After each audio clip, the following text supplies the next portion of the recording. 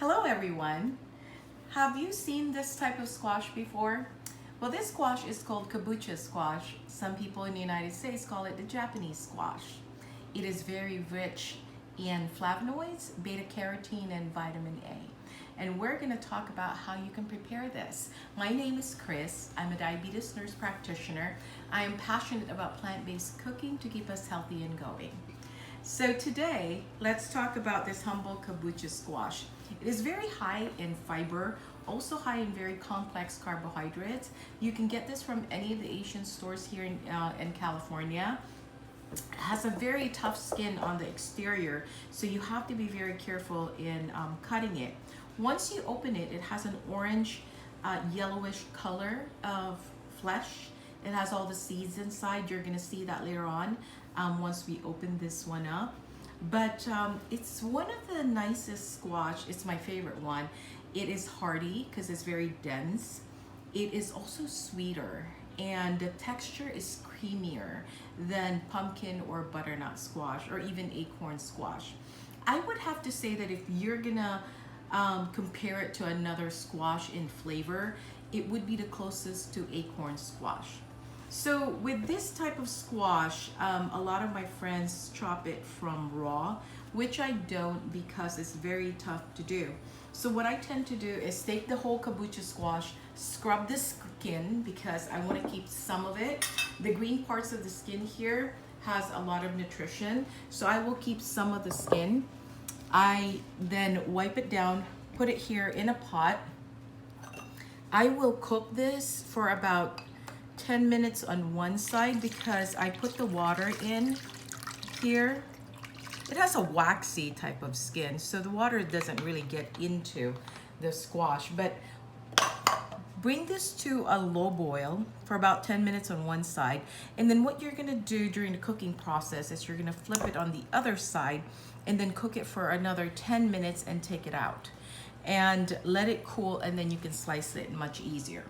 Welcome back. So today we're gonna make mung bean soup, but I'm gonna make sure that I highlight this kabocha squash. So we have put this in a pot and we boiled it for 10 minutes on one side this way and another 10 minutes this way, took it out of the pot and I let it cool. So it's still kind of warm to touch, but it's definitely now ready for slicing. So you can see that a while ago it was very hard to slice, and now you can see, voila, it's very easy to slice. And that's the reason why I can make as much kabocha squash as I want, because I found this particular way of doing it, and it makes it so much easier, and I am not fearful of chopping my fingers or my hands off.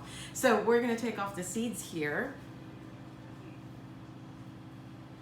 And you can see this orange flesh, this orange yellowish flesh that we have here.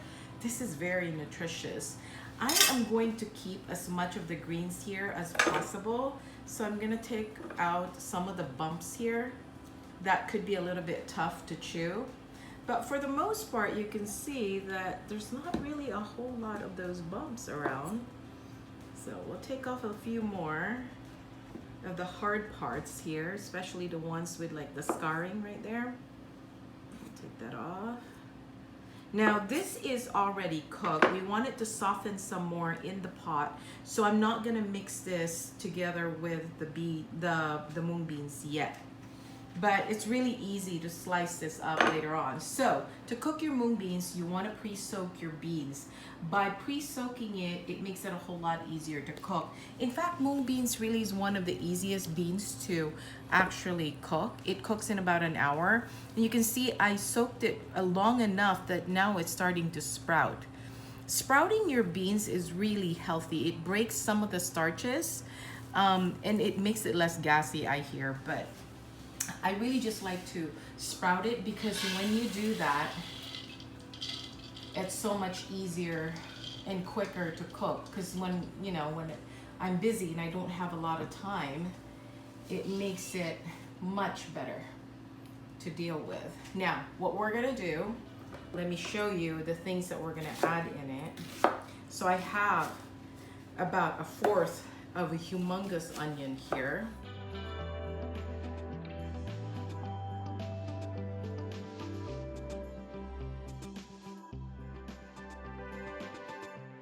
about this much. And I would have to say that quantity is about likely, I don't know, 6 cups.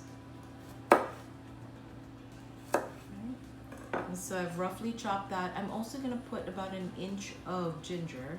So I would have to say that this quantity is about an inch of ginger. And what you wanna do is kind of just roughly chop them all together.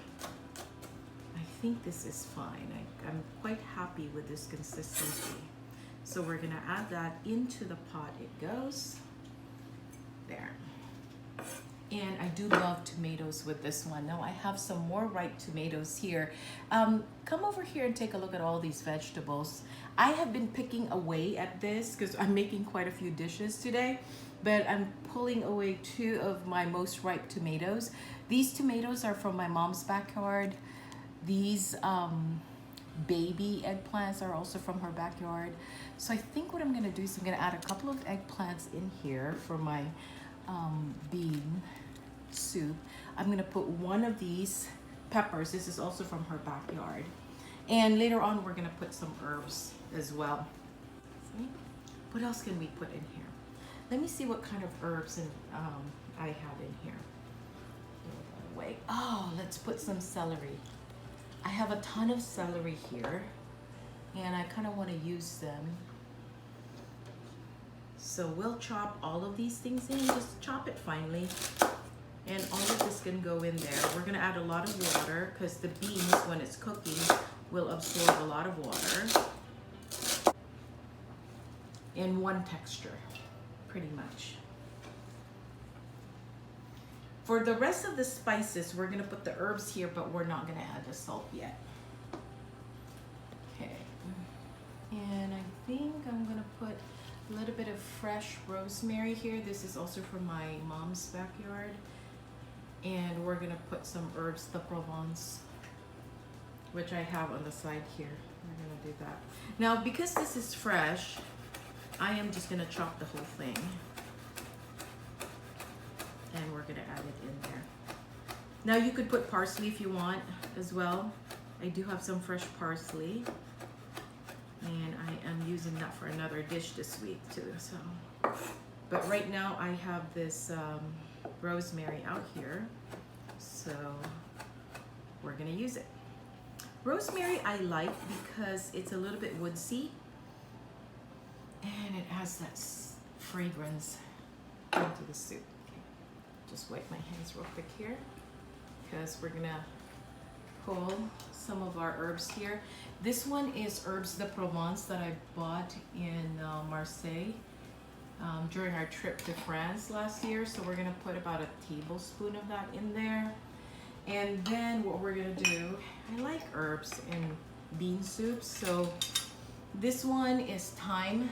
We're gonna put a little bit of that, like half a tablespoon in there. And what I really like in bean soup is oregano. Any type of beans, I feel like oregano is my go-to. So what I'm gonna do is I'm gonna put like a whole tablespoon there. Do not get scared of spices. Don't put a whole lot, but you know, if you put little quantities in there, it just enhances the flavor. I'm gonna put black and white pepper there. That's what I do here, is I mix the white and the black. Okay. We are gonna boil this on the stove top until everything is soft. Welcome back. So we have our mung bean here. I have bumped up the heat and come closer here to take a look. So this is really soft. All the vegetables are now soft. You got your tomatoes, your garlic, your onions, your ginger in there. We're gonna start adding the rest of the vegetables. So what I have here is actually what do you call this? This is collard greens, and I put some green onions there because I have a lot from my mom's backyard. So we're gonna add that in there. It's gonna take a little bit of time to cook that. As you can see, it just mixes right up. Lower the heat a little bit because it is boiling.